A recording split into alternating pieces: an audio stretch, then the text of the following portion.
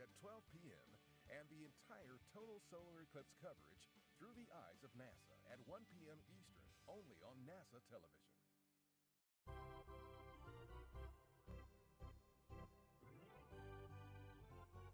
Hi, I'm Noah Petro from NASA's Goddard Space Flight Center. The eclipse has just passed over us here at Volcano Stadium. You all in Charleston have a great show coming your way. Now, because we've got NASA at both stadiums today, we wanted to connect the two events, creating a transcontinental eclipse doubleheader. Now, I know Paul Hertz is there today. Paul's the Division Director of Astrophysics at NASA headquarters. Now, Paul, we've got a ball here to send your way. Now, Paul, I'm going to throw it as hard as I can. I hope you can catch it.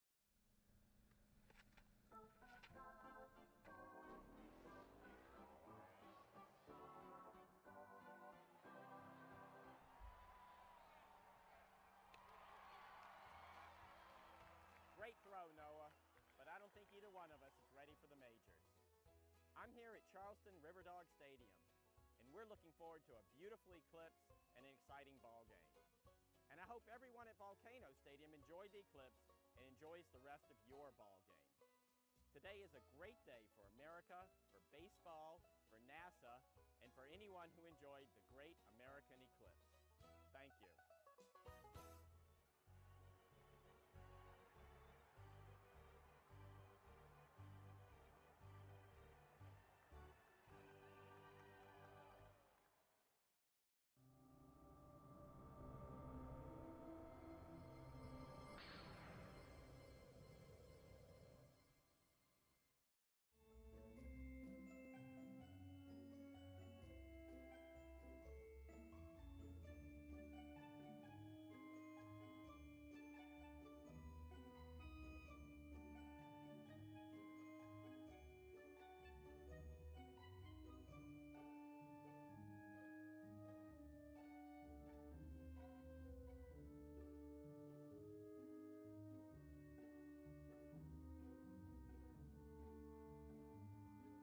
Of those positions. This visualization is unique because it shows the effect of both the irregular edge of the moon, the limb of the moon we call it, and the elevation of the observer. Now, we've known for a long time that the elevation of the observer affects where the shadow is. We've also known that the mountains and the valleys along the edge of the moon affect the shadow. So you may have seen on eclipse maps in the past that the image of the umbra, that shape of the shadow on the Earth, is drawn as a smooth oval. But we know that the moon isn't smooth. Around the edge of the moon, we have these sort of jagged peaks and valleys. And a peak can block the sun a little bit earlier than you thought, and a valley can let the sun in a few seconds longer than you thought. The combined effect of these peaks and valleys is to create a shape that's not really an oval, it's more like a polygon. But it hasn't actually been seen in exactly this way before, where we calculate those circumstances for every point on the map and draw that shape. Totality is that 2 minutes when or 2.5 minutes when the moon completely covers the sun. The sudden darkness of totality is just something that a lot of people can't compare to anything else. I love the idea that I'm giving this kind of map to other people, and especially that it's more detailed and more accurate so that people are actually in the right place to see it.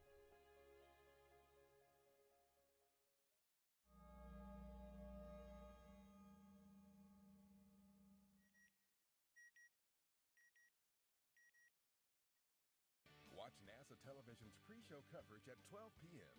and the entire total solar eclipse coverage through the eyes of NASA at 1 p.m. Eastern, only on NASA television. Looking back at Earth from 1 million miles away, the Deep Space Climate Observatory will watch the August total solar eclipse in real time, giving scientists a unique opportunity to study our solar-powered planet.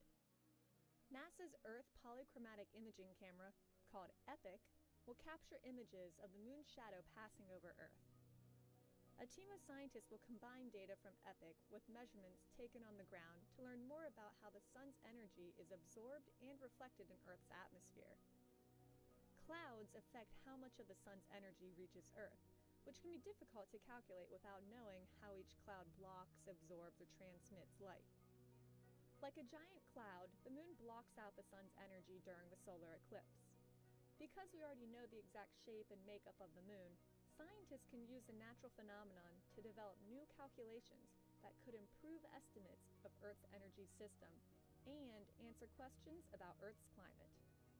NASA has studied the Sun and Earth relationship for more than 40 years. This year, NASA is launching 2 instruments to further study Earth's energy system.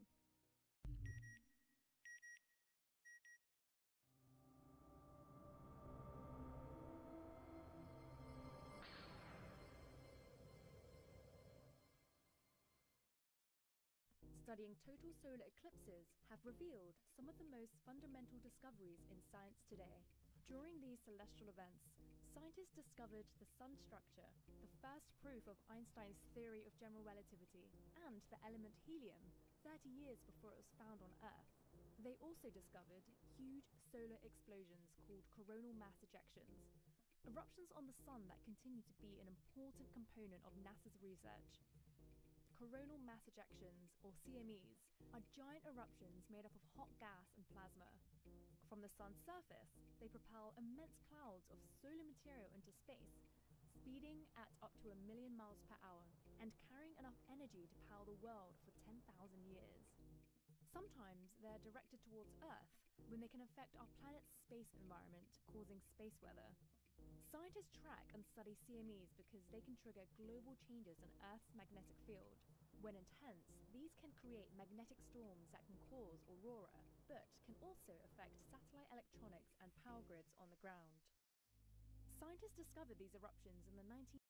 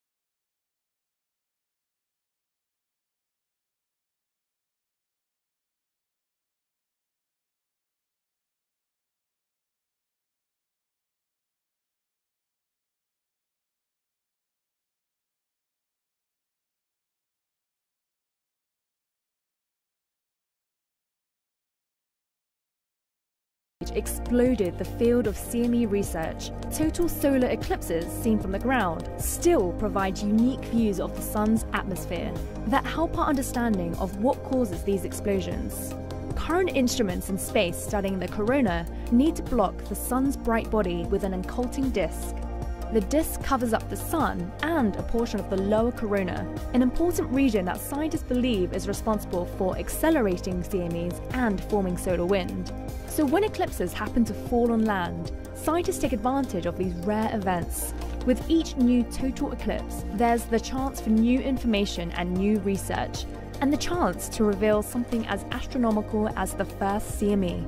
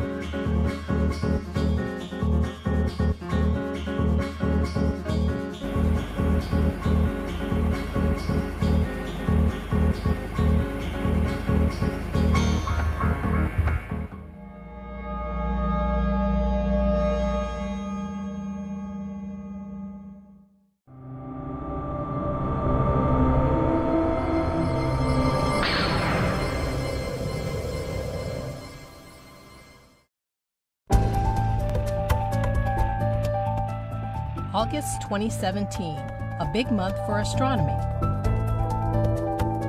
Presented by Science at NASA.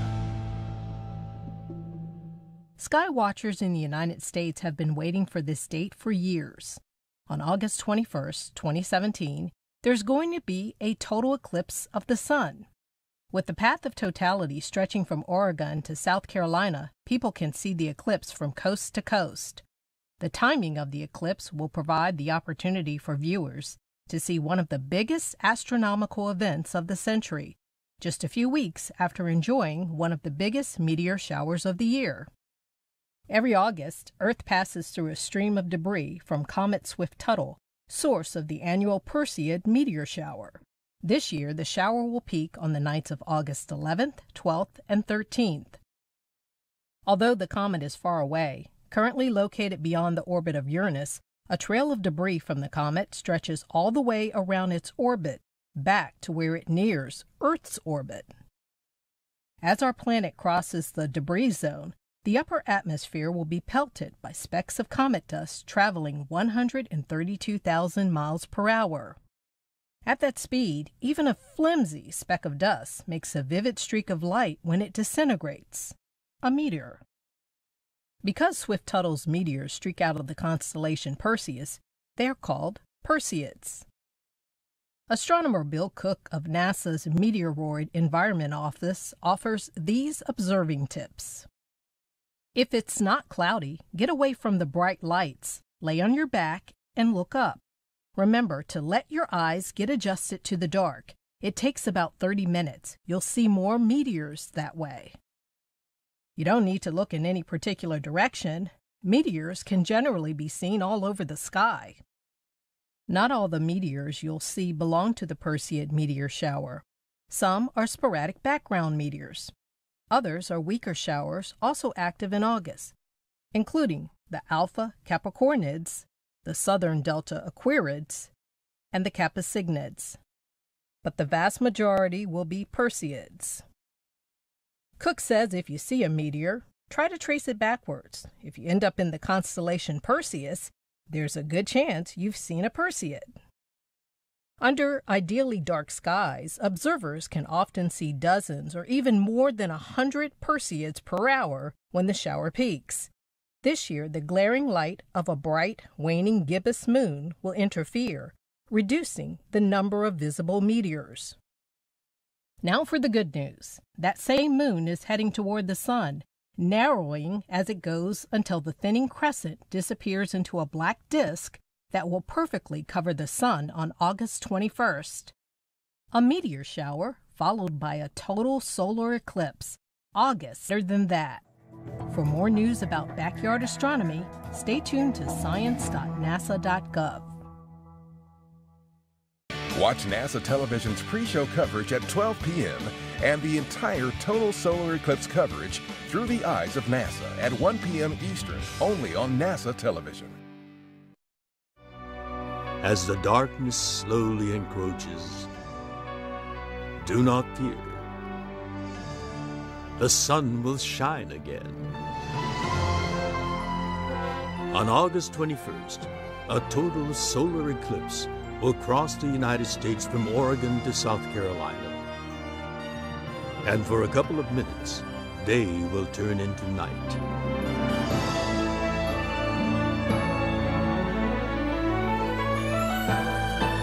Enjoy the show, but don't look at the sun.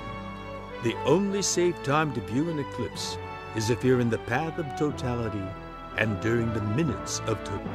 Otherwise, you'll need certified eclipse glasses. To learn more, go to eclipse2017.nasa.gov and NASA TV.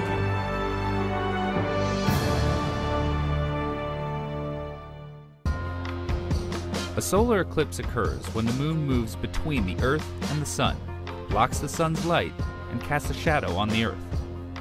When the moon completely covers the bright disk of the Sun, that's a total solar eclipse, and it happens roughly every year and a half somewhere on Earth. A partial solar eclipse is more common, happening at least twice a year. A lunar eclipse, on the other hand, is where the moon moves behind the Earth, so it's now the Earth blocking the Sun's light on the moon, creating a shadow on it with a red tint. The easy way to remember the difference is to remember what gets darker. With the solar eclipse, the Sun gets darker, and during a lunar eclipse, the moon does. A solar eclipse is a rare event that not many get to see, because the moon's shadow is relatively small. This limits the locations on Earth that get to see it. You have to be on the sunny side of the planet, and you have to be in the path of the moon's shadow. So, if you find your area in the path of totality one year, you've hit the jackpot, because on average, that same spot on Earth will only get to see a solar eclipse every 375 years. During a solar eclipse, the moon casts a shadow with two parts, the umbra and penumbra. The moon's umbra is part of the moon's shadow where the entire Sun is blocked by the moon. In space, it's a cone extending some 400,000 kilometers behind the moon. It's when the small end of this cone hits the Earth. Most eclipse maps depicting the path will show you a circle representing the shadow of the moon, but in actuality, the true shape of the umbra is more like an irregular polygon with slightly curved edges. This is because the moon isn't a perfect circle. It has mountains and valleys on its surface, which all affect the passing sunlight and subsequent shape of its shadow. And scientists now have a greater understanding of the shape.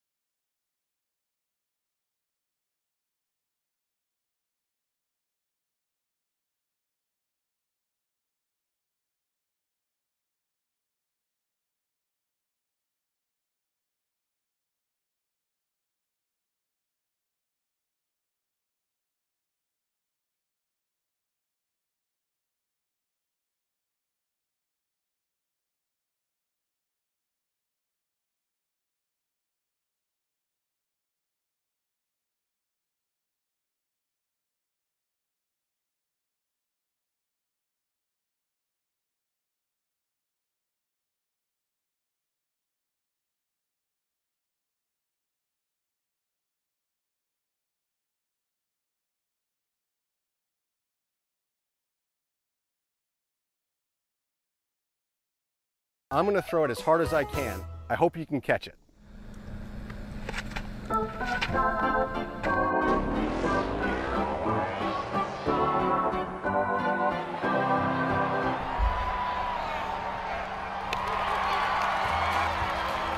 Great throw, Noah, but I don't think either one of us is ready for the majors. I'm here at Charleston Riverdog Stadium, and we're looking forward to a beautiful eclipse and an exciting ball game. And I hope everyone at Volcano Stadium enjoyed the eclipse and enjoys the rest of your ball game. Today is a great day for America, for baseball, for NASA, and for anyone who enjoyed the great American eclipse. Thank you.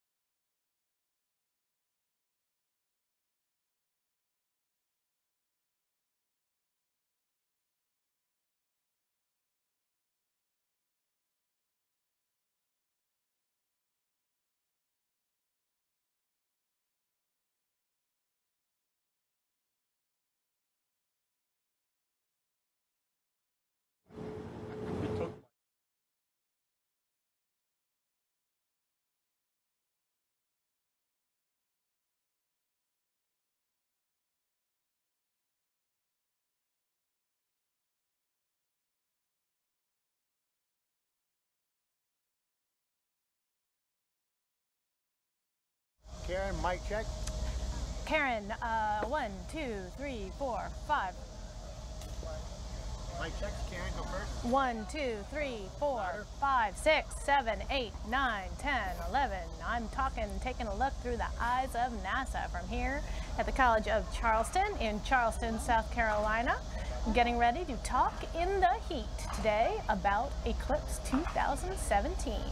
Do you need me to keep going? Because I can. Hope you can hear me. My turn. Okay, hey, 10, 9, 8, 7, 6, 5, 4, 3, 2, 1. Taking a look at the latest GOES satellite imagery from our friend. Thank you.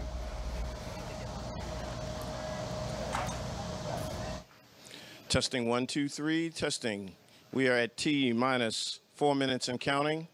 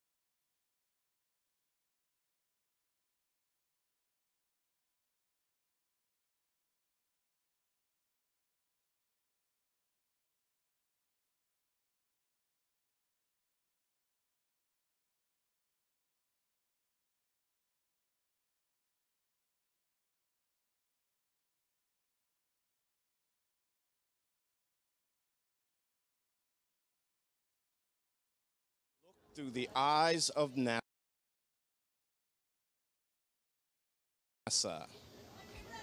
Today, we start with a view off the coast of, then tracking the eclipse as it moves to the east coast. We will bring you the experience of 2017 eclipse across America.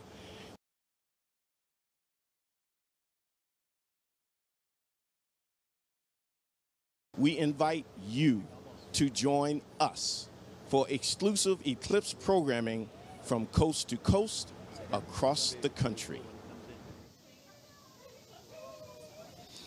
Welcome to NASA's pre-show coverage of Eclipse of 2017.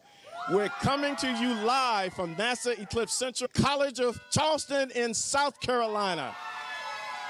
Over the next 4 hours, be prepared for an amazing journey through the eyes of NASA.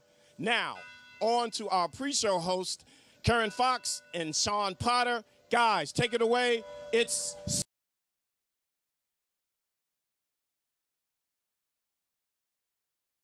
sun time.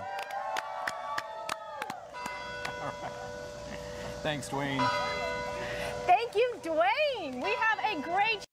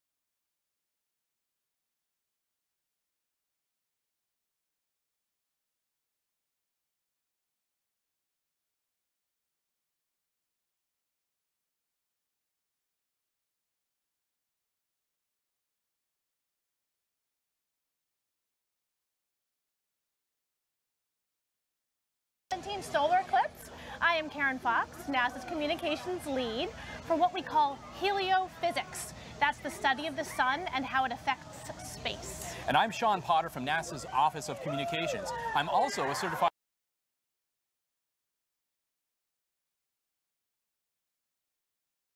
broadcast meteorologist, so today I'll also be tracking our eclipse weather for you. And as you can see, we are at the College of Charleston in South Carolina at NASA Eclipse Central. From right here, starting at 1 p.m., we will be tracking and covering today's big event, Eclipse 2017. Today, millions of people across will witness a spectacular event, a total solar eclipse.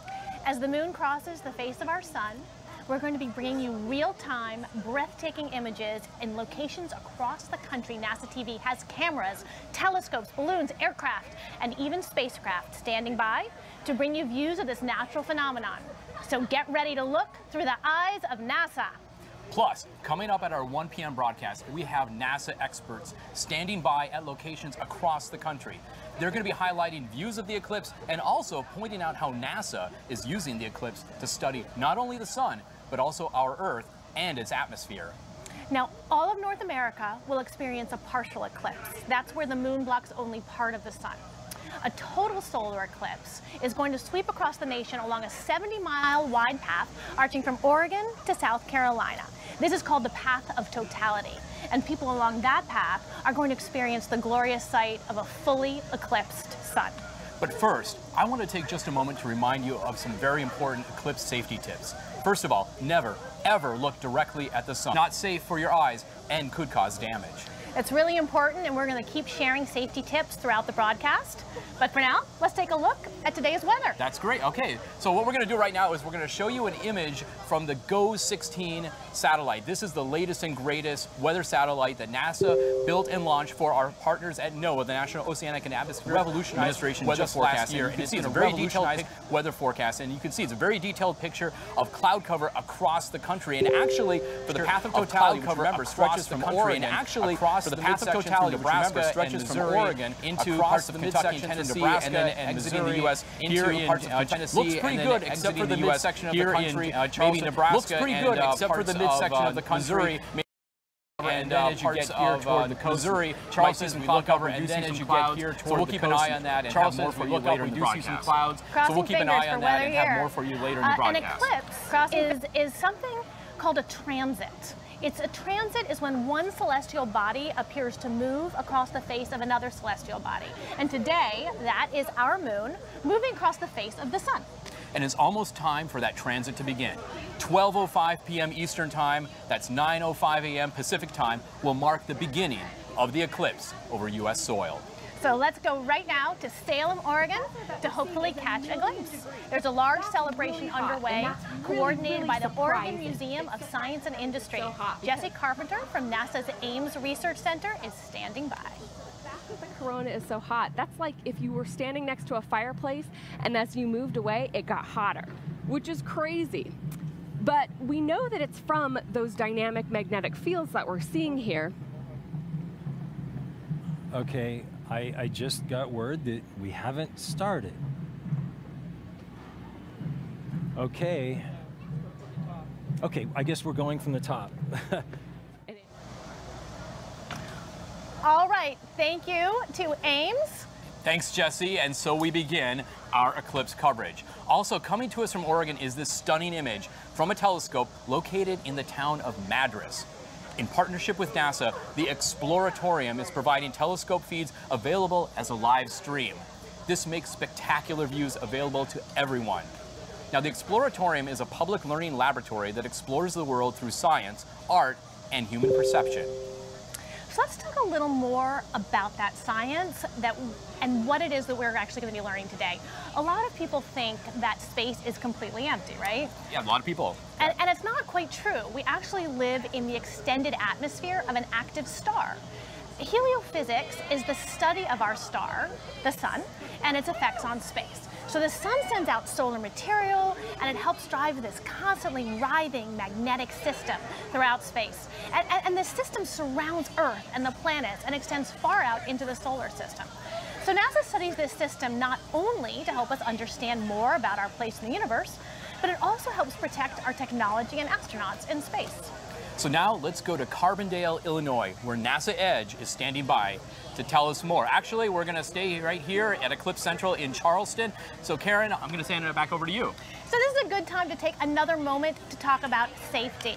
Now, first and foremost, never look directly at the sun. It's not safe, and it can cause damage. But there are lots of ways to safely view the eclipse without looking directly at the sun.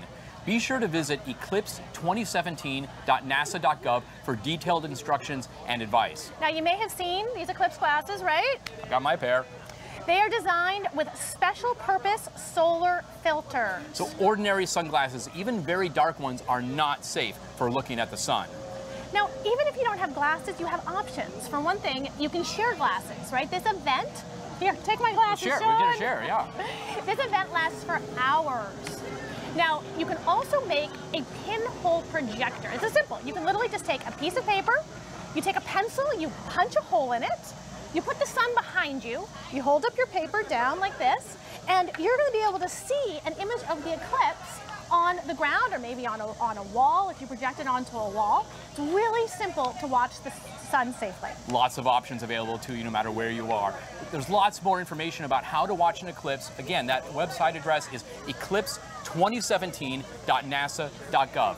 It's the only time that's safe to take these glasses off when you're looking at the eclipse is if you're in the path of totality during the brief few minutes that the moon completely blocks the sun. Let's watch this video to learn more.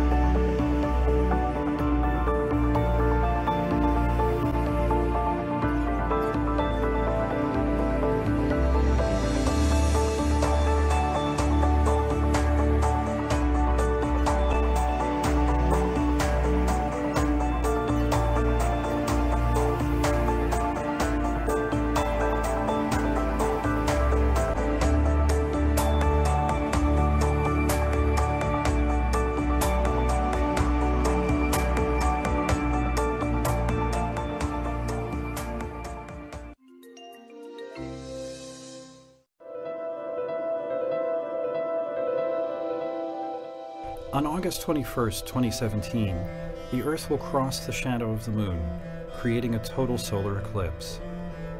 Eclipses happen about every 6 months, but this one is special. For the first time in almost 40 years, the path of the moon's shadow passes through the continental United States. Everyone there will see the moon at least partially block the sun. People within the path of totality, shown here in red, will witness a total solar